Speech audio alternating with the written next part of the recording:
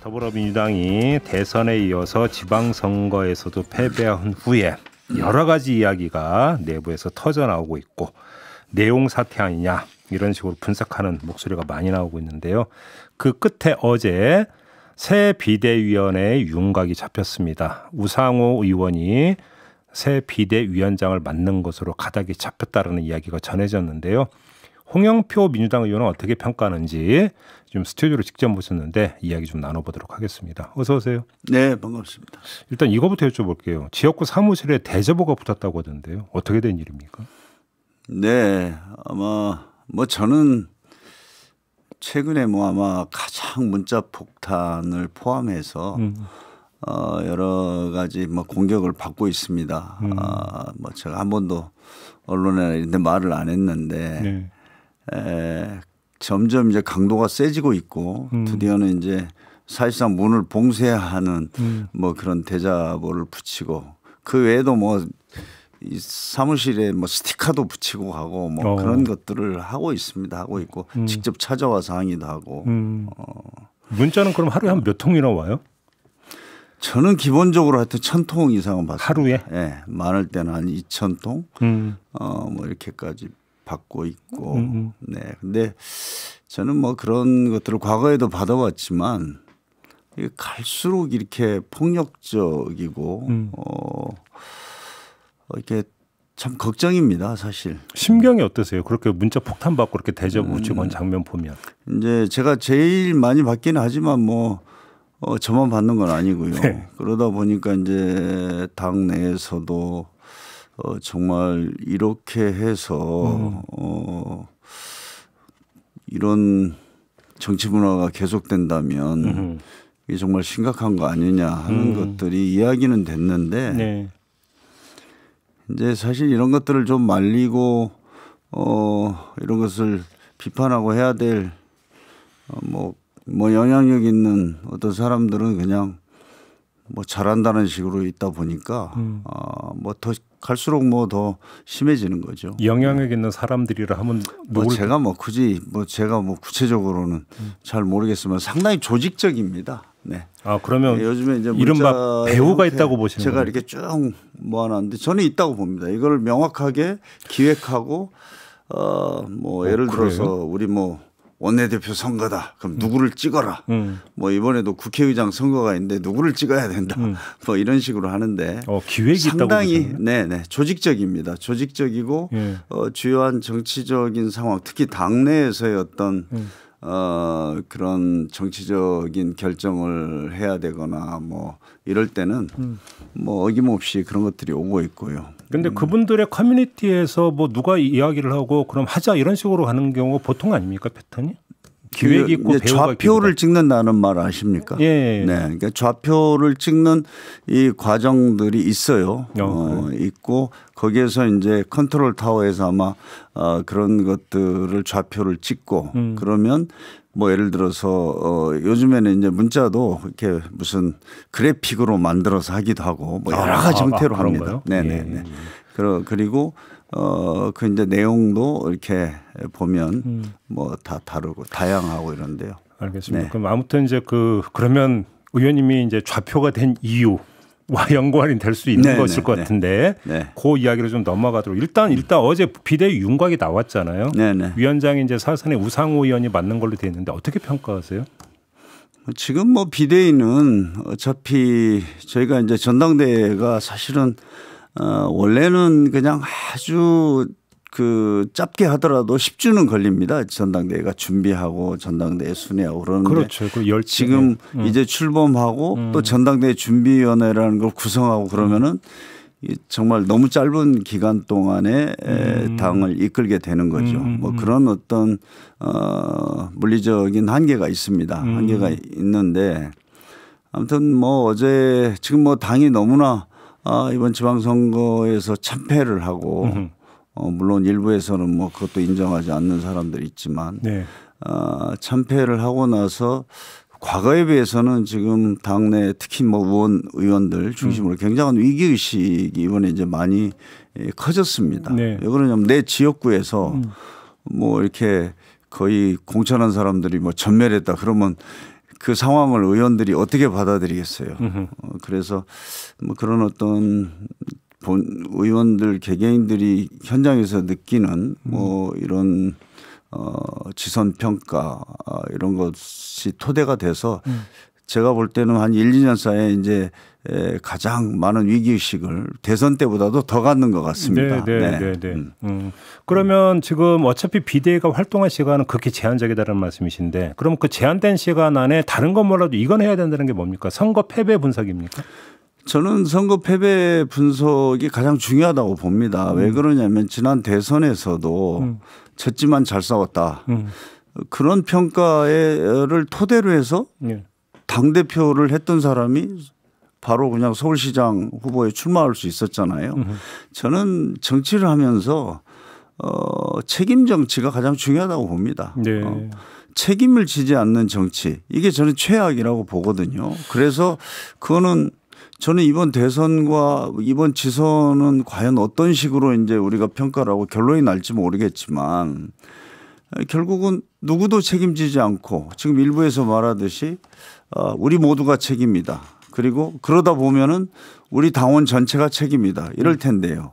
지선 하나만 보더라도 지방선거도 우리 공천 문제 또 우리가 지방선거 때 어떤 뭐 공약을 비롯한 전략의 문제 그런 문제들을 누가 실질적으로 했느냐.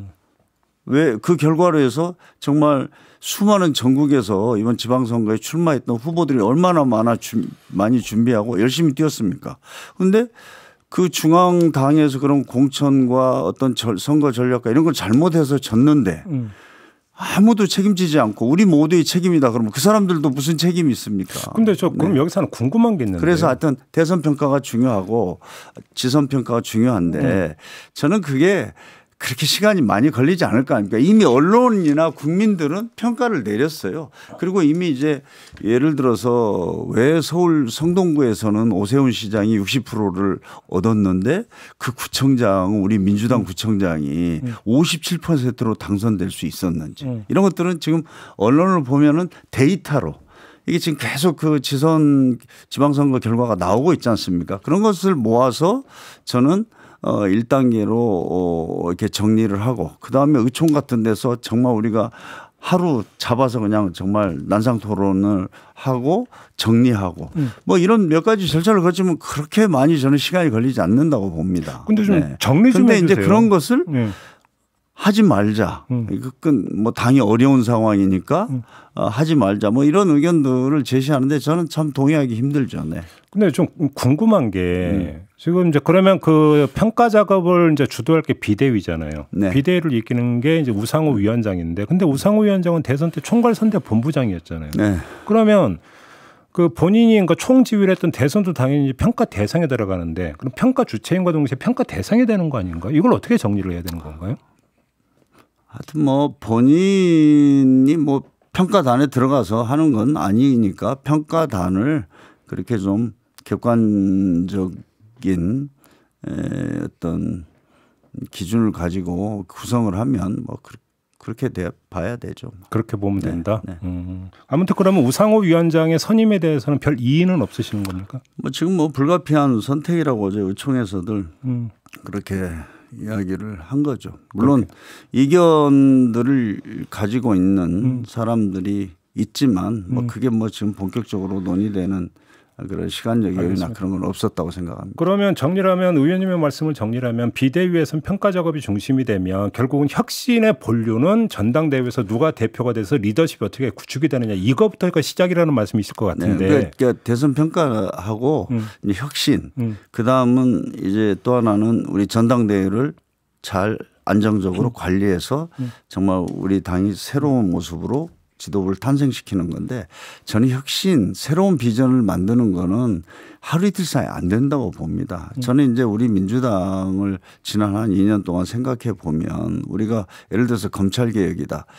검찰개혁, 검수완박, 언론개혁 이것을 제대로 안 했기 때문에 민주당은 아무 일도 안 했고 반개혁 세력이 됐다. 이게 이제 한쪽의 주장 아닙니까? 그런데 저는 제가 볼 때는 사실 문재인 정부 들어와서 안기부를 뭡니까 뭐 대공수사권 넘기고 국정원에 국내 파트를 그러니까 이제 권력기관의 개혁이라고 해서 많은 일을 했습니다. 사실은 지금 우리 잘 모르지만 국정원 개혁을 해서 국내 사찰을 없앤 것이 사실 얼마나 큰 일입니까?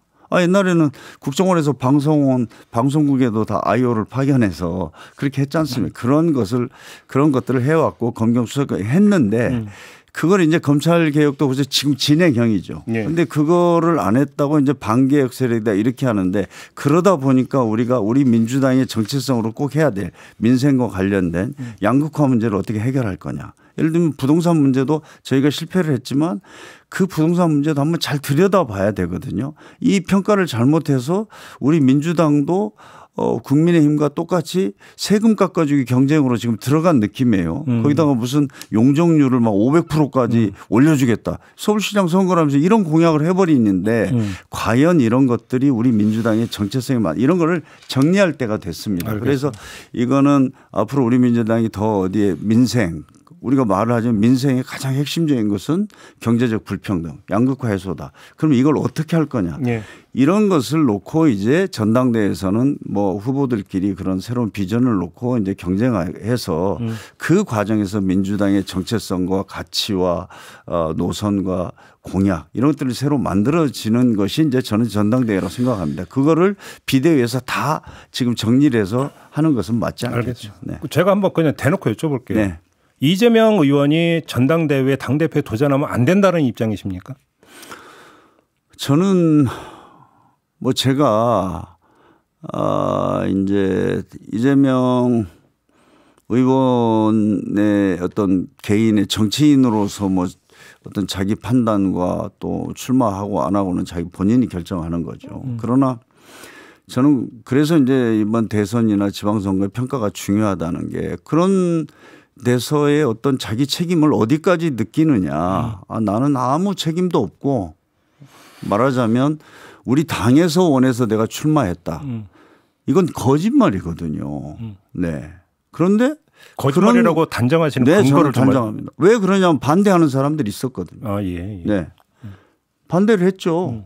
네. 선거 때라 그걸 외부로 표출만 못했습니다. 대표적으로 이제 우리 인천시당에 뭐 국회의원들이 한 10명 있는데 뭐 한 명 이제 송영길 의원은 서울로 가버렸으니까 이제 인천으로 이재명 후보가 와야 된다. 이걸 가지고 성명서를 내자 그러는데 4명만 했습니다. 나머지는 반대했죠.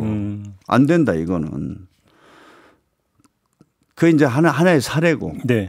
제가 알기로는 당의 7, 80%는 반대한 걸로 저는 알고 있는데 당이 원해서 내가 나왔다. 이런 것들이 좀 저는 밝혀져야 된다고 봅니다. 네. 그러니까 이제 제가 아는 한은 우리 당이 원해서 내가 희생하기 위해서 나왔다. 이거는 저는 그것이 거짓말이라고 생각하거든요. 저는. 그러면 그런 거에 대한 책임을 지는 차원에서는 출마를 안 해야 된다는 논리로 연결이 되는 것 같은데 맞습니까? 다시 한번 확인 질문 드리는데. 제가 뭐 출마 여부에 대해서는 제가 뭐 그런 본인이 판단할 문제이기 때문에 알겠습니다. 제가 뭐 얘기하고 싶지 그러면 않습니다. 다른 결로 하나 여쭤보겠는데 네. 의원님이 당 대표에 도전할 거라는 지금 전망이 나오고 있는데 어떤 말씀 주시겠습니까? 그러니까 이제 제가 참 곤혹스러운 것 중에 하나는 이렇게 우리 당이 지금 예를 들어 지방선거에서 참패를 했고 그러면 우리 당이 지금 새로 재창당할 정도로 거듭나야 된다. 그리고 지금 이렇게 사태를 만든 것의 원인을 찾아서 책임을 물을 건 물어야 된다. 이런 얘기를 하니까 이거는 개파투쟁이다. 그다음에 이제 출마하려고 한다. 네. 제가 이런 얘기를 하지 않고 침묵하고 있었다면 과연 어떻게 했을까 싶지만 저는 지금은 제가 지금 민주당은 이런 상태로 지속된다면 저는 국민들의 신뢰를 회복할 수 없다 이렇게 봅니다. 그래서 제가 뭐 지금 단계에서는 그 당의 어떤 혁신, 그러니까 성찰과 반성, 쇄신과 혁신 이런 것을 위해서 내가 앞장서야 되겠다 이 생각에 집중하려고 합니다. 그래요. 네. 자, 혁신 이야기 나왔으니까 한번 그러니까 예를 들어서 박완주 의원권 있잖아요. 국회 윤리특위에 당이 제소를 했잖아요. 당이 어떻게 해야 된다고 생각하십니까? 저는 뭐 지금 당에서 결정한 것을 우리가 그대로 받아들여서 가야 된다 이렇게 생각합니다. 거기서도 빨리 처리해야 된다고. 어제 그제 당사자 박완주 의원이 이제 처음으로 자기가 입장을 밝혔지 않습니까? 아니라고 주장을 뭐 그런데 저는 일단 뭐 당에서 그렇게 우리가 결정을 했고 그럼 뭐 저도 당연히 그것을 존중해서 가는 것이 우선이라고 생각합니다. 우선이다. 네.